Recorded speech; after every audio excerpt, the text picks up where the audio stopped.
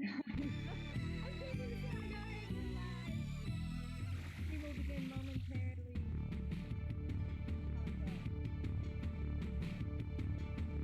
Hello, everybody. Welcome. Starting in a few minutes here, but while we're here, how's my audio?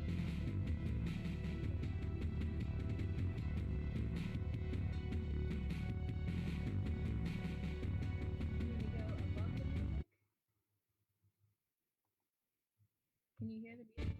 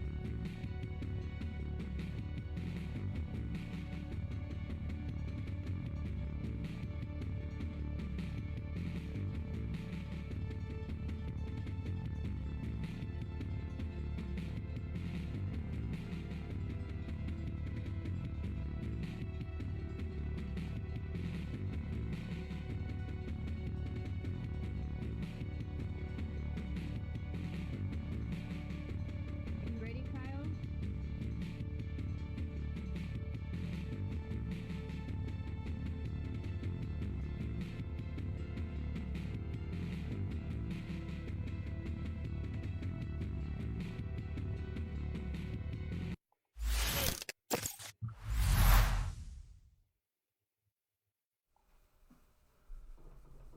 All right, everybody, welcome to episode 4 of Pintech Live with your host, Kyle Spiteri.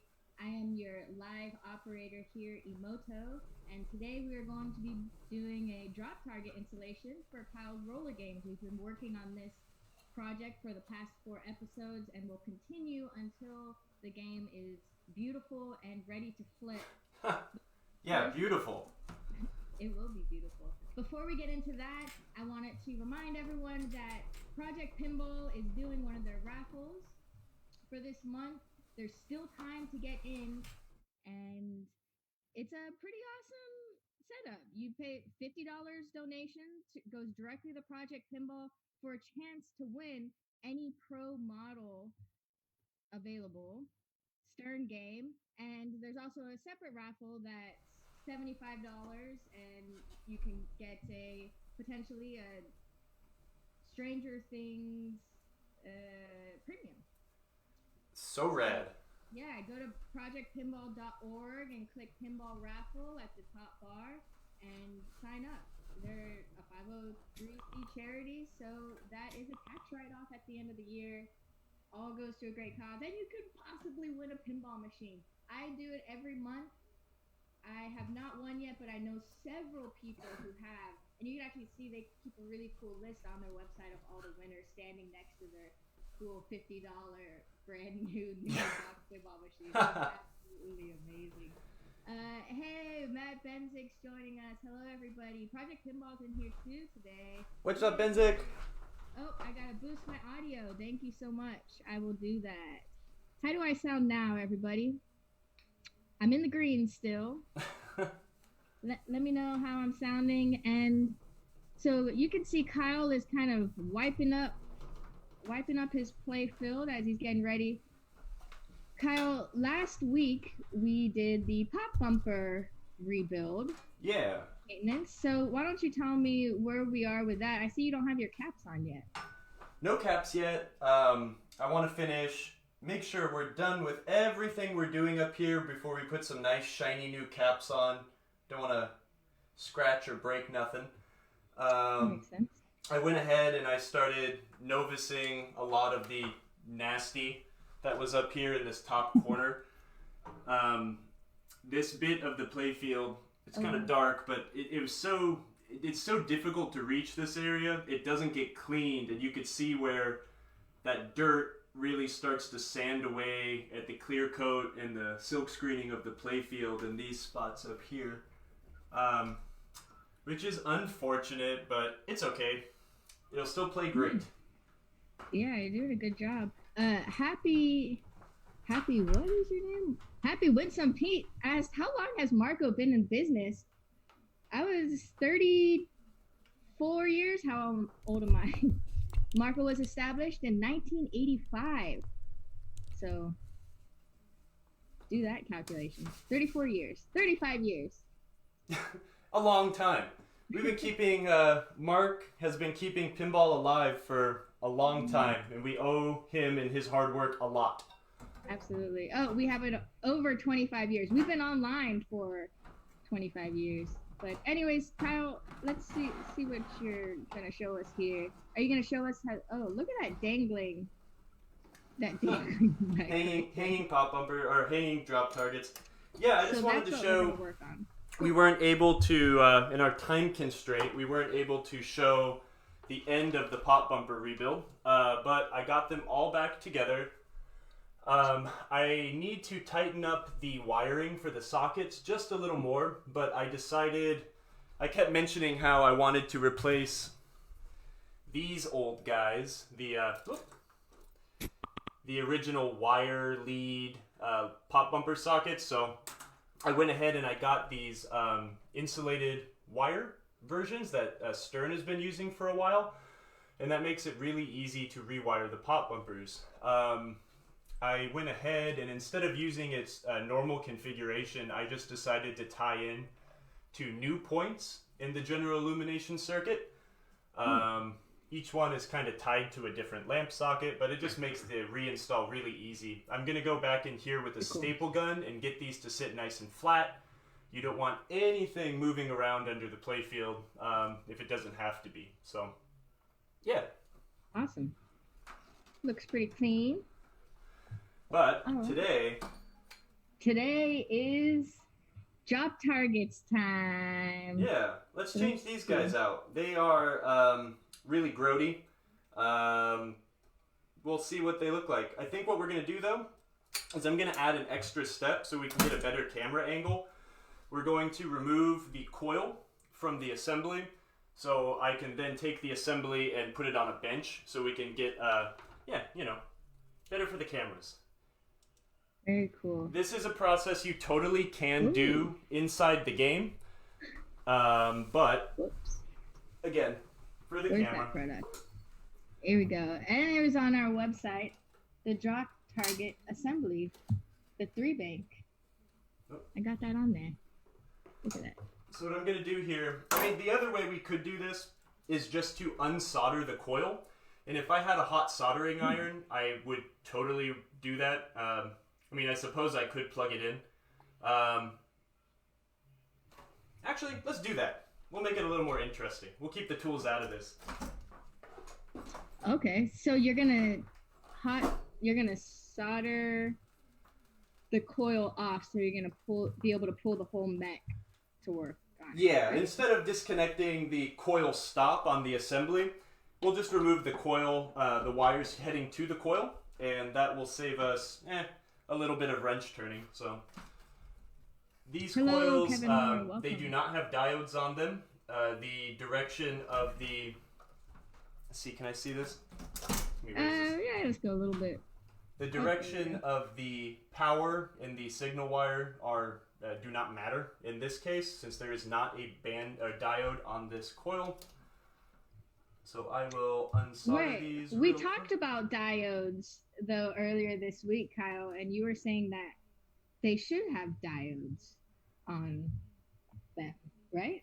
By the time System 11 came around, a lot of these coils were the diodes were on the interconnect board, or no, they were on the driver board. I'm sorry. All right.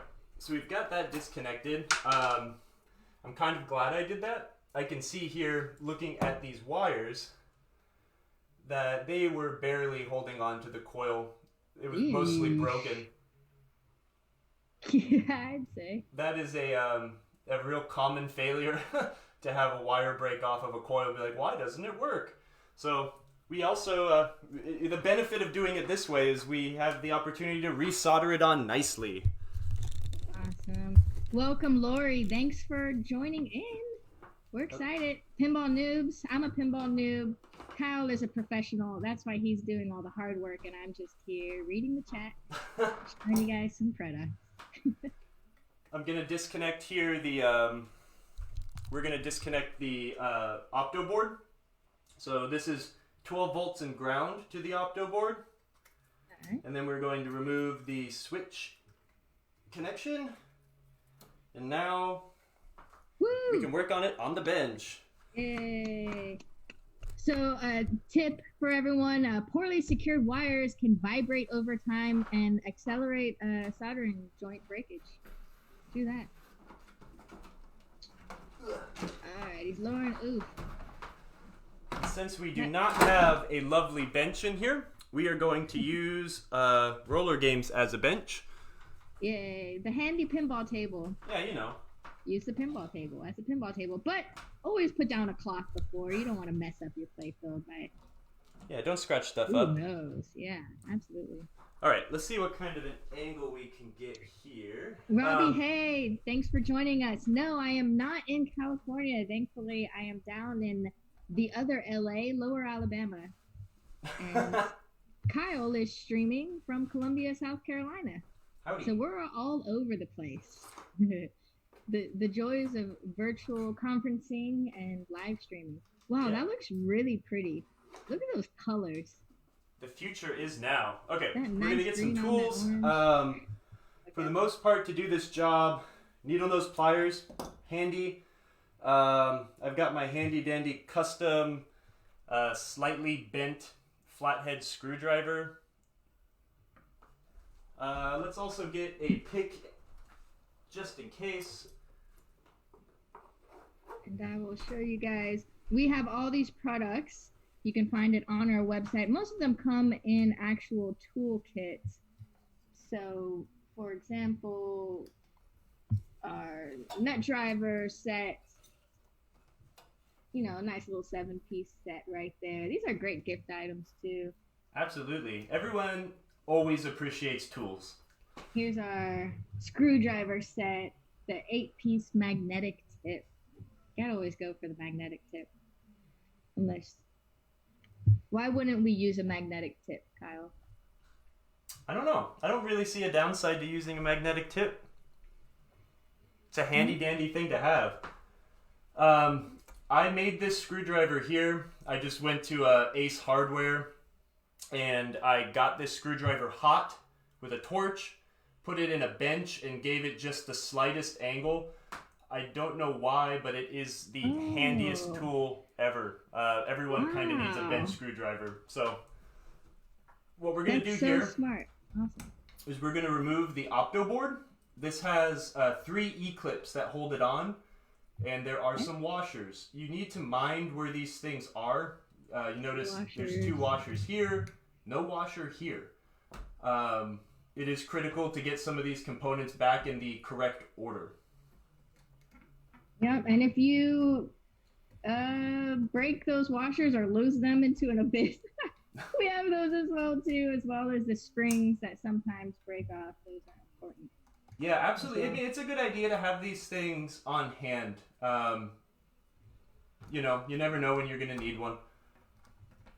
Absolutely. These things, like the bigger E-clips, do like to fly when you pry them off, so do be careful. This one's being stubborn. Yeah, here's a tip. You can make most screwdrivers magnetic by taking a strong magnet. An old blown speaker magnet works well. Paul loves his old blown speaker magnet.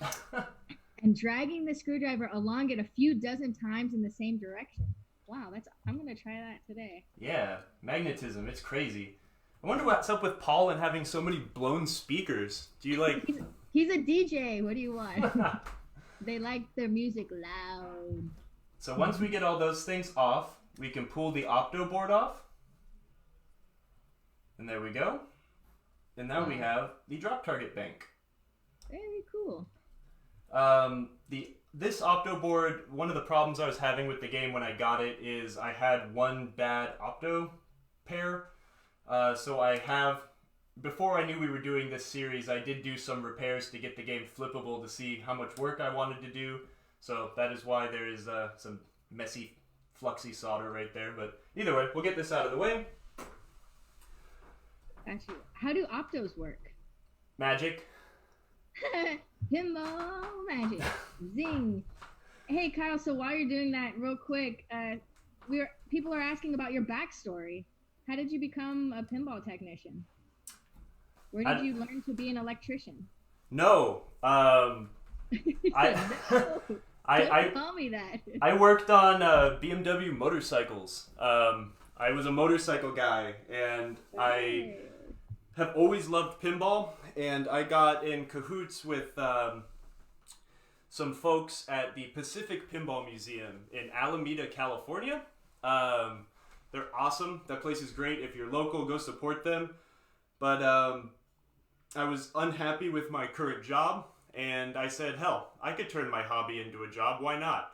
And that is when I started really like full-time professionally working on pinball games. It's been 5-6 years now that I've been doing pinball like as a career. I've always been tinkering with pinball for quite some time. I got my first game, A Creature from the Black Lagoon, 13 years ago. I was too poor to fix it, so, you know, you learn how to do these things when you can't afford someone else to do it. So I taught myself, and it's just my favorite thing. It combines a game, art, mechanics, electronics. It's wonderful. I love it. It's beautiful, Kyle. Yeah, you know. But, you know, it's just, it's really, I am very lucky that I've been able to turn my hobby into a career. So we can leave it at that. Oh, you have a great comment for you from Humor Goes a Long Way. Is that, yep, on Twitch. Wow, Kyle, sounds like you got quite the colorful background. Keep up the good work. You're quite the pinball mechanic. I couldn't agree more. Thank you, anonymous person on Twitch. You are wonderful. Thanks for watching. Thank you. All right. So back to the class. Yeah, let's take these drop targets are very simple. You have 3 E-clips down at this bottom post here. And then you have another 3 E-clips here, but they are sandwiched in a particular order. Let's take one off and I'll show you. So again, what I'll do is I'll get in here with this bent screwdriver and kind of force my way under the E-clip and then just kind of wiggle and pry it out. You shouldn't have to pry too hard. And then the order under this E-clip is a washer. Order is important. Okay. A spring, and then another washer. These washers, they're available, and it's definitely a good idea to have some on hand because, you know, again, too, when we're working on these pinball games that are, shucks, this is a 30-year-old game, you don't know the quality of the work that had been done on it prior. You don't know how much of this is going to be missing or what order this might be in. I guess I could give you a pinball tip. Just because it was put together that way on your game doesn't mean that's how it's supposed to be.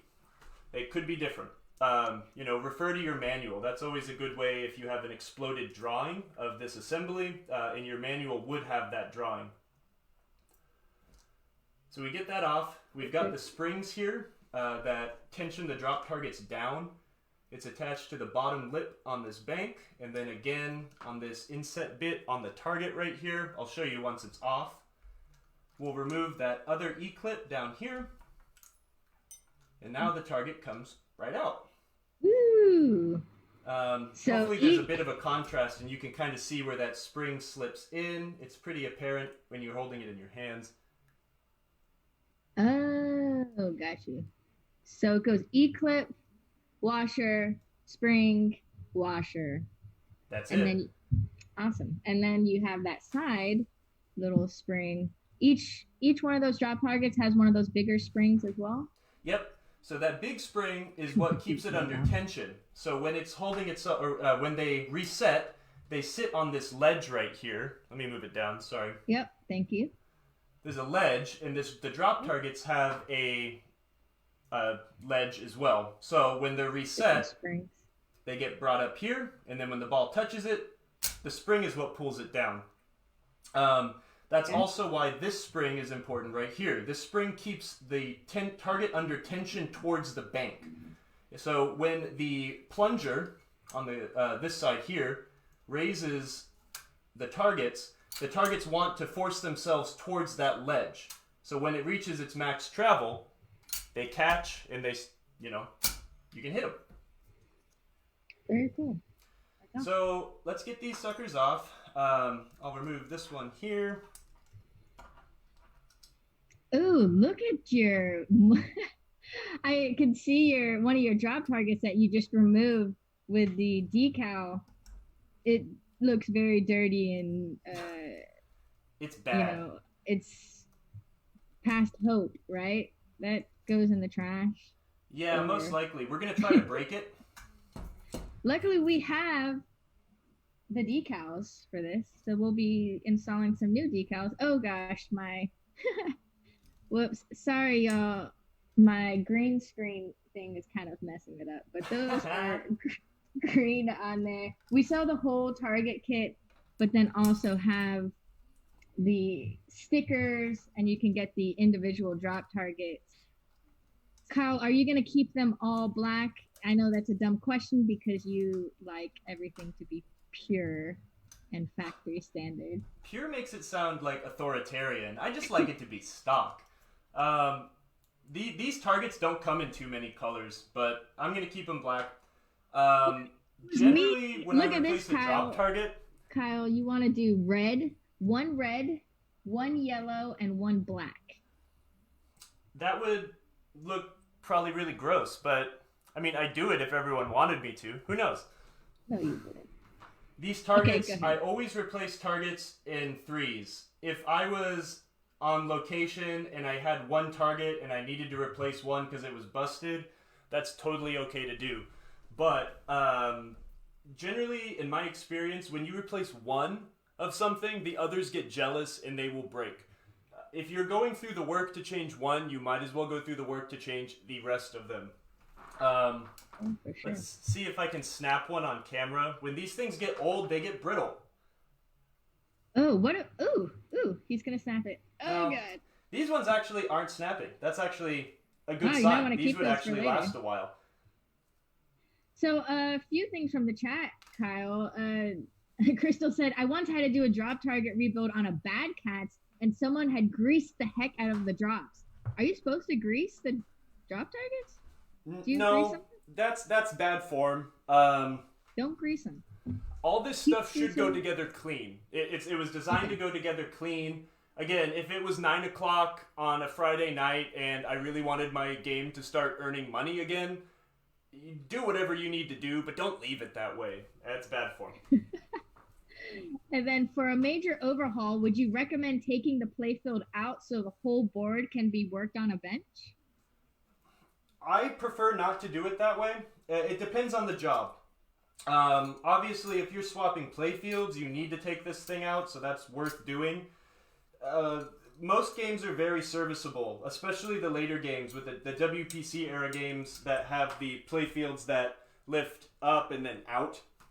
This game is a pain to work on, but it's kind of too much work. I'd leave it in most of the time.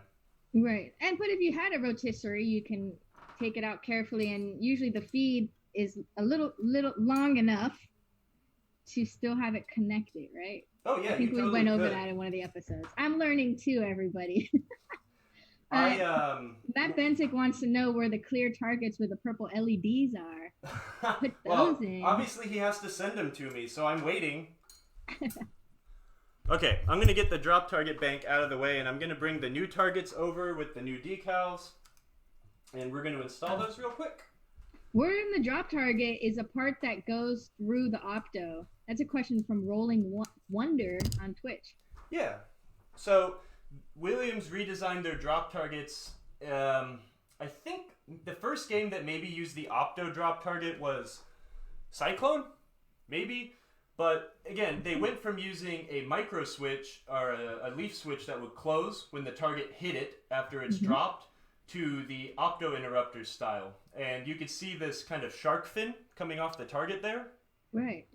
So when the target drops, when it's up, it's in this sort of a position. But when the target drops, it will go through here and, trip the switch that says, hey, I'm down now. That's so cool. It's a really, really elegant system.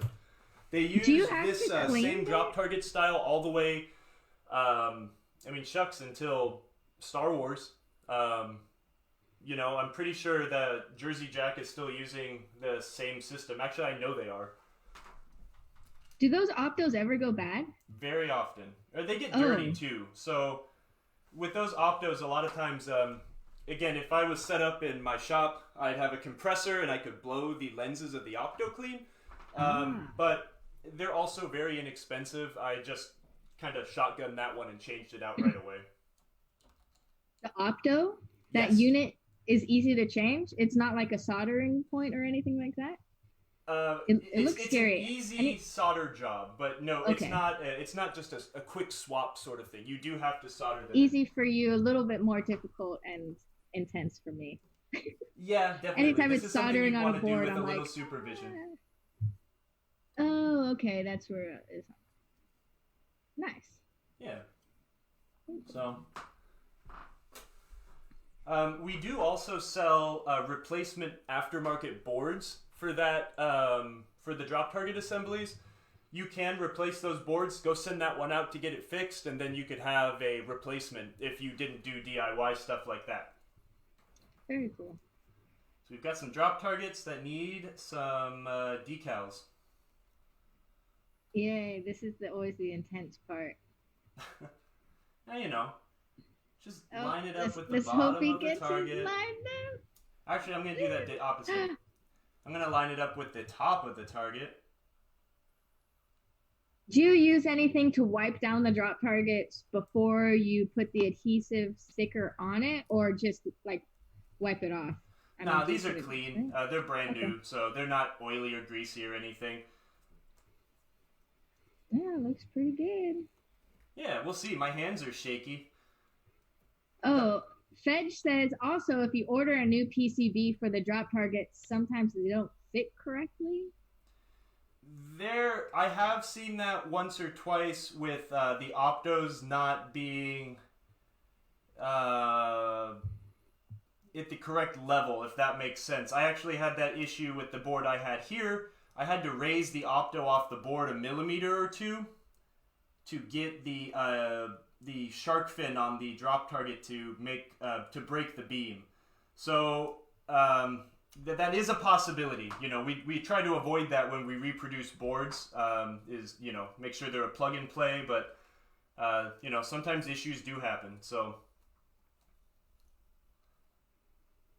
let's see. Sick. Oh, Jakuta Rules on Twitch said, "Sick flow, Kyle. Still waiting for Steve to get back to me on that Battletoads pre-order." Oh yeah. Gosh, what is Steve, this you gotta get on insider that, conversation? Man. What's going on here? Oh, and here's the Opto board drop target 3-bank that we have that Kyle was referencing too. Again, the board is not going to look like a Rollergames behind it. That's actually green. My chroma key is again, another bit of advice I try to give customers or anybody trying to troubleshoot Pinball 2 is don't just go and replace the board thinking it's going to solve your problem. Try to do a little bit of troubleshooting before you just go and drop a bunch of money on a board. There could be underlying problems that a board might not solve. So, always do a little due diligence, a little bit of troubleshooting before you decide to invest in a new board. Smart. Smart. Very smart. All right. So you got the stickers on pretty well. Now what? Now it's time to put them back on. So one thing to remember as well, if you were just taking this apart to clean it and try to get your drop target bank running smooth again, some advice I would give people, let's use a dirty drop target. You remember the washer, does make friction against the back of the drop target. When these are really old and dusty, that can cause just enough friction for them to not work real smooth. Get a rag, load it up with Novus, find your favorite dirty rag, and you could clean the heck out of the inside here, get up all that dirt, make it real clean, get the washer that you're using that makes friction, clean the heck out of that washer, and you'll probably have some better results. Nice. What Novus am I using? I would use number 2. I pretty much only use Novus number 2 for everything. Right? That's worked for me for a really long time. I know not everyone might agree with that, but that's what I use. Nice. All right, so we can get this sucker back on. Again, you've got those 2 routed out bits of the drop target. One goes on each of these posts. All right, and they go face down. Yeah, remember your orientation. I have put them back together this way before, and then you're like, That's what wait. I would do. I could see myself doing that. I get all the way to the end and then being like, oh no, what have I done? My drop targets are backwards forever because I don't want to change them now. Whoopsie. Yeah, exactly. Yeah, hook it on there, hook it on this side, lay it in. It's probably in our best interest to put them back together 100%, so they don't come flopping up. So we'll do washer, spring, washer, E-clip. and then the larger E-clip. Larger E-clip. Remember, because the other E-clips you have hold the board on, and they're much smaller. Gotcha. Let's see. And again, a reminder to our friends that are watching that have not done installs like this before, take lots of pictures. Pictures will be your best friend. Keep your cell phone handy and just click away at every step. Because if you get pulled away during this rebuild and you don't remember where things go, it's going to be a nightmare. But then you could just pull up your phone and be like, oh, it's washer, spring, washer, E-clip. Take pictures. Yeah, take pictures. It's good for you. Oop. Things are rolling. Sorry. All right. Matt Benzik said, when I was putting Motor City together, I put both of my scoops in backwards and didn't realize till I went to play the game. Oh, no. The scoops? That's a pretty big one, man. I mean... The scoops? It's like putting the flippers backwards, which can't even be done, but... Oh, you know. Where there's a will, there's a way. Absolutely. Crystal says live streaming is a great way to be held accountable when it comes to projects. Yes. Yeah, really. Or it takes Kyle 3 months to redo his roller games rather than, 8 hours. 3 days, maybe? No, it's fun. I'm glad. It's taking time is fun instead of just rushing through it to get it done as fast as possible. You're doing good. This is awesome. I feel so much more confident to do my drop target mechs for my hard body now. Now, that's the fun thing is Bally targets are way different. No! Why did you tell me this? Oh, no. It's okay. It's still easy. These are probably the easiest drop targets in pinball. I really love this setup. It's just so simple, so quick. It's definitely less intimidating now that I see it up close. If you don't have super callous thumbs like I do, one thing you could do with these E-clips, you could get it started on the groove a bit, grab a handy-dandy pair of needle nose pliers, and grab the E-clip from the tip that needs to clip on, and you can use the pliers to squeeze them on. Ah, smart. Yeah. But there you go. So now, we can test. Yay. So if I break an E-clip, and I don't have any extra E-clips, can I just duct tape the back of it to hold it tight? Yeah, definitely. Duct tape or maybe some chewing gum. No way. No. Really? I was about to get my Bazooka Joe out. But no, you can buy more E-clips too. Absolutely. Yeah, again, I do this for a living, so I keep extra parts, but it's not a bad idea to have extras. There's nothing... It's the most frustrating thing when you're one E-clip or one screw away from finishing your job. and then it goes flying across the room, and it goes under your workbench where all the other screws you've ever lost live, and you can never find them again. Having hardware is great. Trust me. Invest in it. It's worth it. Absolutely. So, yeah. Yeah. Order your E-clips and your washers and your springs and big quantity when you're doing some other type of parts orders, and then keep them in little containers for later. Yeah, and especially when these things don't cost much money, it's really worth it to just have them around when you're talking about 40 cents, 50 cents a part, even less sometimes. Oh, yeah. A magnet, a periscoping magnet is also a great thing to have if anything falls down into oblivion. Definitely. But that's another thing, too. Clean floors, man. That was one thing we did in the shop a lot, was make sure the floors were clean, because then you could get down there, lay on the floor, and you could find everything. You should always have clean floors, no matter where you are. That's just good hygiene. That's just good life tip, not pinball tip. All right, we'll get all those suckers back on. And I'm slipping. There we go. Thank you, everybody, for participating in the chat, and everyone's giving in their tips and tricks, and it's making it so engaging. That's awesome. Yep, and that's Kyle's way of doing this. There are probably 10,000 other ways, and there's probably better ways to do it, but that's how I do it. Again, I would have done this with the game, or with it hanging underneath the playfield, but for the sake of better camera angles. Amen to that. All right, let's lift this sucker up. We got another. What product are we looking at? Oh, yeah. And here is. If you guys are looking for that telescopic magnetic pickup tool, we have it right here on our website. You can go.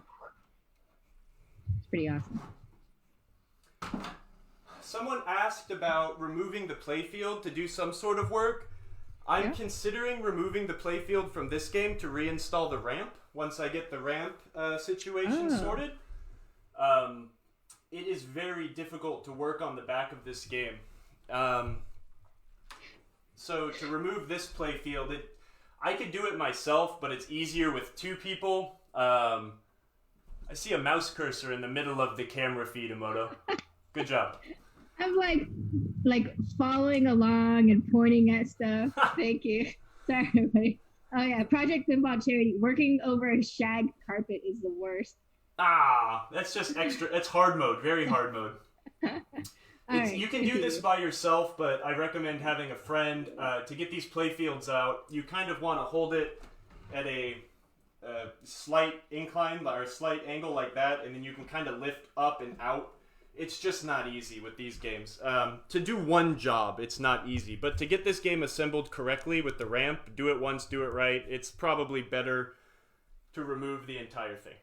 So are we going to do that? Are we going to remove the entire playfield out and put it on a rotisserie?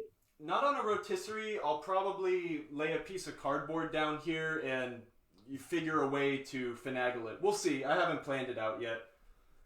But it would be nice to install the ramp on camera, see what we can do. I definitely want to see that. I think we all want to see that. That sounds intense. All right, let's see. So we need some wire strippers because those wires were danger short. And we need some solder. And then I'll also need my 1/4-inch nut driver to reattach the drop target bank. Let's get back inside. Let's get inside. I know Crystal's itching to get over there and help you out. Yeah, come on over. Well, no, don't, Crystal. Because we want to make sure no one gets sick. Not yet, but soon we'll be having Crystal there with Kyle working together on these projects. And also that would allow Crystal, for my purposes, to be another camera operator in the field and get those really nice close-up shots and angles that Kyle can't do because he doesn't have 4. I don't have tons of arms, unfortunately. I'm almost 7 feet tall, but that almost makes it harder. It makes my framing harder, that's for sure. Your head sorry, let me bend over. Thank you. I'm going to take 1 second. It's really hot in South Carolina today, and it's air condition time. Give me 2 seconds. All right, everybody. Well, Kyle is going to turn on his air condition. Okay.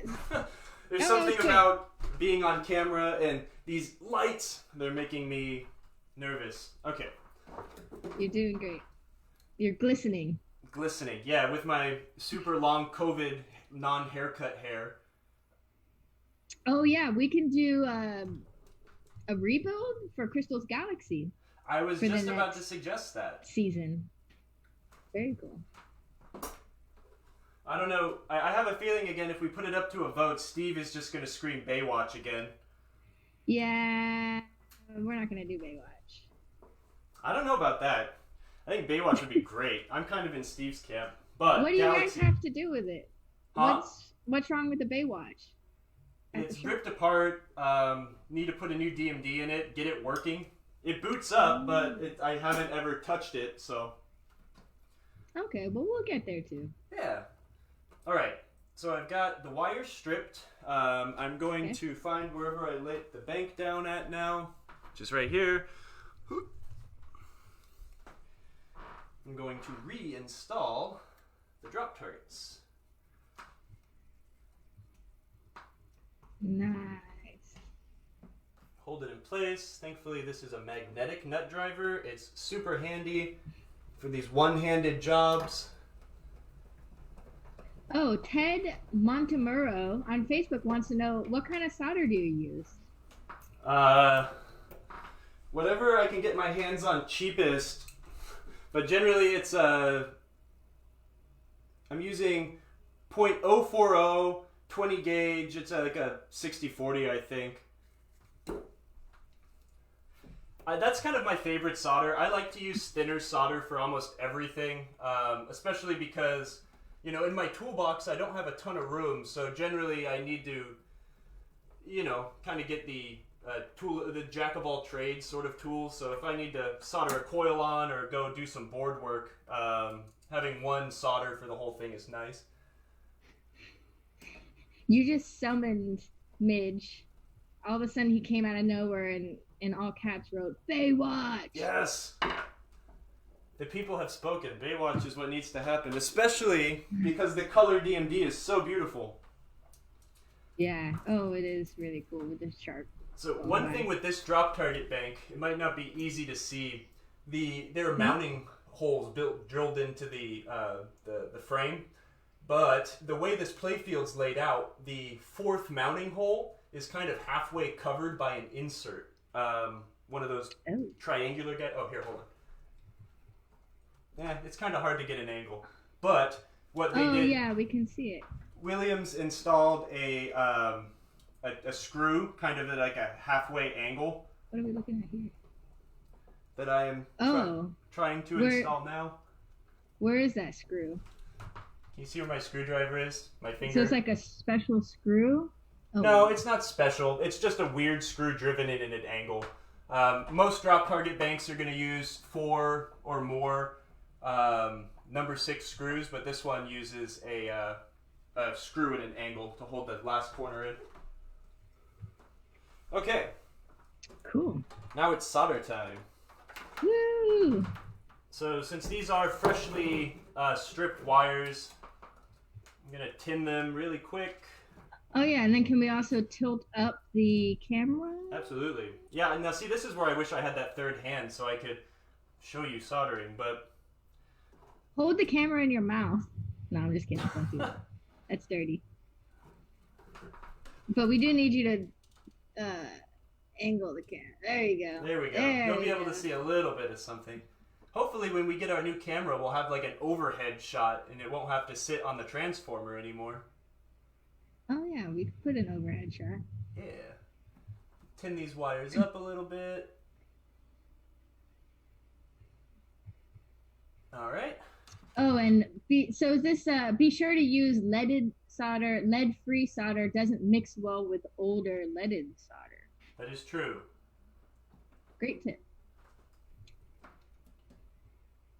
Yeah, you generally, especially when you're working on circuit boards, if you've heard like the term reflowing the header or reflowing the pins, you always want to remove the old, brittle, stressed solder from that connection and just put new solder on altogether. Got you. And another safety tip from Jay Bovenzi on Twitch. Please remember when using lead solder to wash your hands after soldering. Yes. You don't want to keep lead on your hands. Great. Yes, definitely. Tip. Hello, Jim. It's nice to hear from you. Miss you, and that is a great tip. Thank you. There's so many reasons why we should wash our hands and keep our floors clean. Yeah. And now they're pinball related. Oh, Matt Benzik put up an interesting point that most Stern SAM games, they're running lead-free. Yeah. I forgot what year it is, but with the Rojas compliancy, a lot of things that were sent to Europe had to be lead-free. So a lot of manufacturers in recent, or at least in the past decade, have switched to lead-free everything. So you should have lead-free solder and lead solder? Mm. I mean, what would you do in that? If you were working on a new Stern game right now? Honestly, I've never had a problem in that respect, like mixing solders, but I also, I don't know. I'm not qualified to speak on that, I suppose. I've never had an issue. Maybe someone in the chat knows. I just have, again, been using the same solder I used to be able to get at Fry's Electronics for a long time now. Yeah, and don't inhale the fumes. Yes, we had a few people say that. There are plenty of really great how to solder videos out there. We might not go into that 100% on this channel, but we can link to a few on our show notes, though. Yeah, I'll see if I can find some good ones, and we can give some best practices at least. But that's one thing about soldering is just practice. Practice makes perfect.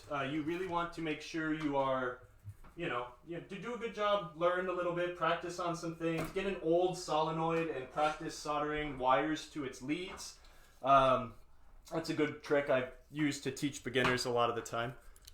Yeah, don't practice on your first pinball machine. Yeah, and get ready to burn your fingers. It's fun. All right. So now I think we might want to try all this stuff. We should test it. Test it out. Test it out. So we're going to test the pop bumpers and the drop targets. Yeah. So I'll replug all this stuff in.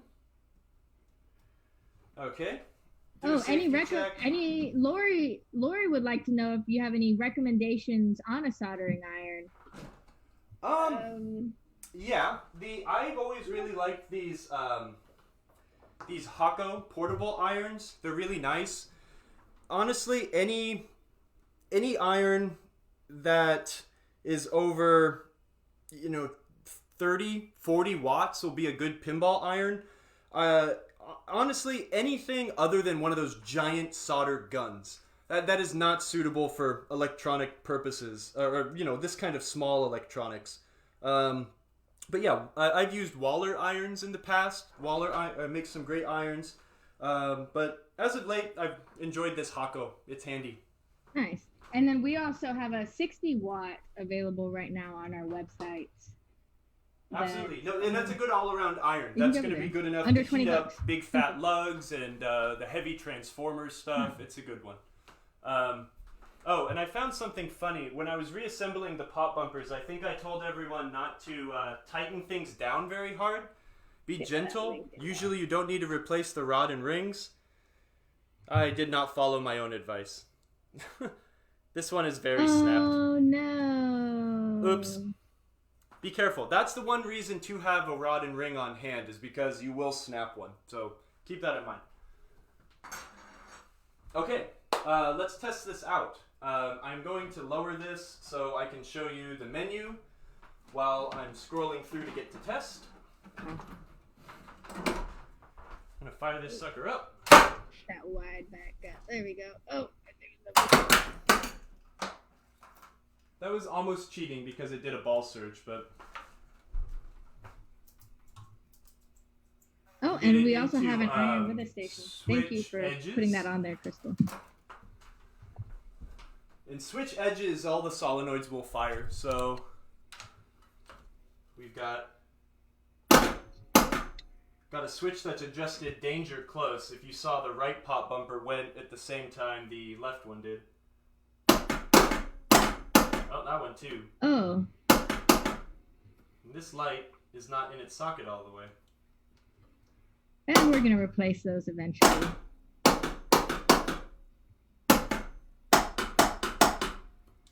This one's just being a lazy LED. Sometimes when you are installing LEDs into sockets, especially these 555 LEDs, the legs kind of sit in a groove. What I'll do generally is I'll pull the non-attached side of the leg out at an angle like that on both sides.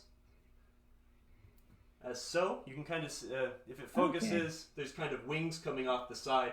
That just ensures better connection when you insert it into the socket. Wow, look at that. Yeah. So here we go. We've got pop bumpers, but these definitely need to be adjusted. When I replaced the pop bumper spoons and retightened everything, it's everything's sitting just a little bit closer than it should. So we'll just do a little readjustment. It is very important when you adjust pop bumper switches to turn the game off. Yes, turn the game off. You do not want to send voltage to your switch matrix. Everyone who's done this before can tell you that it sucks. How do you make that adjustment? Do you have to lift the Playfield back up? Yeah, maybe we'll mess with that if we can get the camera to focus. It's kind of hard and cramped in there, but so we can see though in switch edges. Okay. Switch edges will allow you to give real-time information on switches that close. So when I click these stand-ups, it'll show me what is closed. A lot of people ask me, like, what's the difference between switch edges and switch levels? The descriptor here, switch levels, will show you what is currently active or closed. So if I had it in switch levels and I was holding all three of these switches, it would roll through and say, you know, switch 43, 42, and 41 are closed. In switch edges, it gives you an instant readout. So, just FYI, we can test the drop targets. 1, Yay! 2, Yay! 3. Yay! All right, cool. Those worked good. It should be absolutely fine. Let's see if we can get in there and see these pop bumper switches. Yeah, how would you go about adjusting it? You just have to loosen, like... No, you get special tools, and this is one I didn't tell you about. Power is off. Switch adjusters. This is like, if you're ever looking for just a new toy to throw onto your, in your cart before you check out or something like that, having an assortment of switch adjusters is incredible and really handy. I modify them sometimes. Sometimes having a big fat opening like this is handy. Sometimes you want one with a very closed and concise opening to get one blade in a stack. It's always good to have flavor. Very cool. Thank you for the links in the chats, Mr. Barney and Per Monson. Hey, Crystal says, shouldn't you test those pop bumpers and drop targets with a ball? Since the weight is different than a finger? Yes, I've never felt the weights of Kyle's fingers. Generally, that is rule of thumb when you're testing like rollover switches, like this shooter lane switch, right? If I were to, let me get an angle. If you're testing a switch, let me put it on the prop rod. Hold on. If you're testing this sort of a switch here with your finger, when you push down on the switch, the fat part of your finger might go into the routed out hole more like unnatural, where a ball couldn't do that. So in that respect, right, using a ball, it's only going to hit its maximum, like, you know, the circumference of the ball, where the fatty part of your finger could squeeze the switch a little more. I always test these switches with a ball. Things like this, that's okay to use your finger just to see if they're working. Pop bumpers are something you generally need to adjust a couple times to get that sweet, sweet action you're looking for. So it's something you generally will finish up when a game is, you know, one of the last things you do on a game. But yeah, this pop bumper switches, this is probably going to be a little hard with the lack of light. Okay, I see the switches down there. This would probably best be done on the bench if I were able to, heck. let's just disconnect it. We'll kind of finish up that pop bumper lesson we didn't get to last week. All right, cool. We're going back into the pop bumpers until we're adjusting the switch, and that's what's wrong with it. I for some reason thought you were talking about like the height of the pop bumper was too high or anything like that. No, it's when you put the new spoon in, the spoon is going to just require a different amount of adjustment. The spoon I took out was probably 30 years old, and it had been adjusted to work well for that amount of wear. But now that it's all fresh and new, so let's find a pop bumper skirt. So the way this whole setup works is the skirt sits in the spoon as so. Since this is fixed, when the skirt gets moved, this prong here will move off center on the switch and thus closing it. So it needs to be centered in the spoon. So again, when the ball comes and hits the edge of this skirt, it moves ever so slightly since this is at a divot, and that will end up closing this switch, which activates the pop bumper. So what is happening now, when I would hit this pop bumper here, the vibration of the entire thing activating was enough to vibrate this switch closed, thus firing this pop bumper at the same time.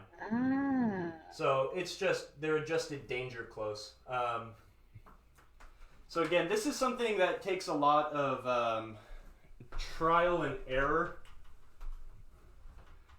Again, generally we'd be doing this with it in the game and you'd kind of be fumbling with it.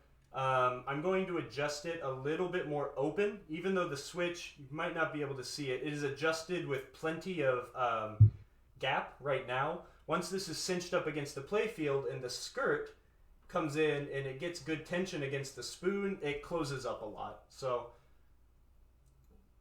you're making the gap a little bit wider. Yeah, I'll make it a little wider. And again, this is something you kind of need to test with it in the game, but I did want to show that. When you were reassembling the pop bumpers, though, I did mention that the holes in these brackets are not circle. They're kind of an oval. So it does give you a teeny bit of wiggle room. The most important thing, again, is to make sure your pop bumper skirt is centered in the spoon. If it's off to one side, you could sit there and adjust it to make it work, but it might have a dead spot depending on where the ball hits the round on the skirt. So again, that's really important for pop bumper action, and we all know that pop bumpers are the best part of pinball. So they should put like a they should put like a little bullseye on the spoons for me to line up. Sometimes when they're difficult to get to, I'll actually put like a little Sharpie mark on the spoon or the skirt, so I can kind of see where I'm lining it up. But Fedge said adjustment changes when you screw the switch back into place, but it's a good starting point. Yeah, absolutely. This needs to be done in the assembly, but this is adjusting pop bumper skirts is a little more of an advanced technique, I guess, because it's a lot of trial and error. And I hate to say it, but it's just you kind of get a feel for it. You got to kind of know when it's right, and you'll get there. Oops. David Alvey on YouTube said, covering the switch adjustment tool with a rubber sleeve helps grip. Absolutely. Okay. Don't drop tools all the time like I do. I'm really awesome. Good at it. Yeah. Yeah, you need to put like some tape on there or something. Some grip tape, like a hockey stick. Hands. Yeah. That's smart. I cannot emphasize enough to when you're doing this to make sure you have the power off. Yes. Power off. Take pictures. Those are the two main rules of pinball repair, restoration, rebuilds. And just good safety tips, but in this case, like, I know not what to touch under here, so I will avoid it. But, just one slip of getting this nut driver against this 50 volts to that switch matrix, and bam, you've got a bunch of blown up chips on your computer, and you'll be really sad. So don't say that. I don't even want to think about that. Yeah, be careful. So yeah, there we go. Oh, that's a really good tip. MGM Studio on Twitch said slide a piece of heat shrink tubing onto the switch adjuster tool. Yeah, that's great. That's a really good one. I think I will do that to all my switch adjusters now. Yeah, absolutely. That's a great tip. Thanks for that. All right. Okay, so it should be good, right? We should be good. Again, we'll when we do some play testing, that's when we'll really get in there and adjust that stuff. But for now, we kind of have to plan what our next couple steps are with the game. At this point, we've kind of got the cosmetics almost done. Again, I'm not going to put tons and tons of time into turning a worn out game into a shiny thing, but what we need to do is we'll work on switching these LEDs out. We'll definitely need to finish work on re-rubbering the game. I want to remove the rest of these plastics that are kind of awkward and in hard parts or places to get to clean them. Yeah, it's kind of a slow reassembly now. Putting the ramps back on. Yes, that is going to be a big project. And swapping out your flippers, right? You have 2 different flippers down at the bottom last time I checked. Yeah, what's wrong with that? Yeah, what is that? No, I'm just You kidding. want everything to be the same color and all match, and then you got 2 different flippers like this is a moto game or something. Well, you know. No, yeah, we'll swap out the flippers. I didn't have another white flipper bat, so I just threw a yellow one in there. This game came to me in a state of like very light parting out, so I had to get some, dig through my parts boxes to find a few things to flip it. But yeah. Do what you gotta do. So yeah, so a ramp assembly. Is that what we're gonna do next week?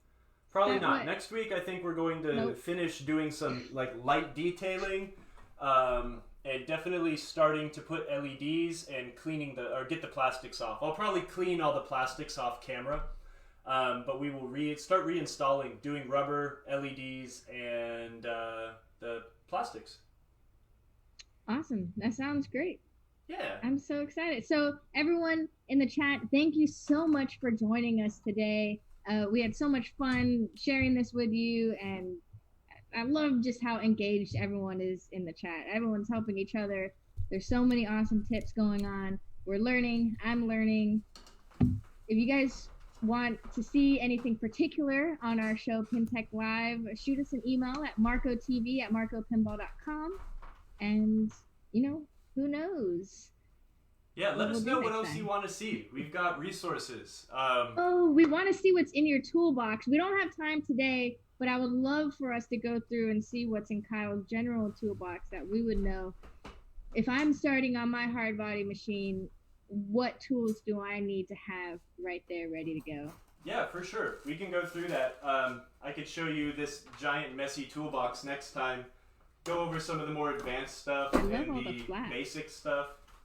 This is the toolbox I've been carrying for years.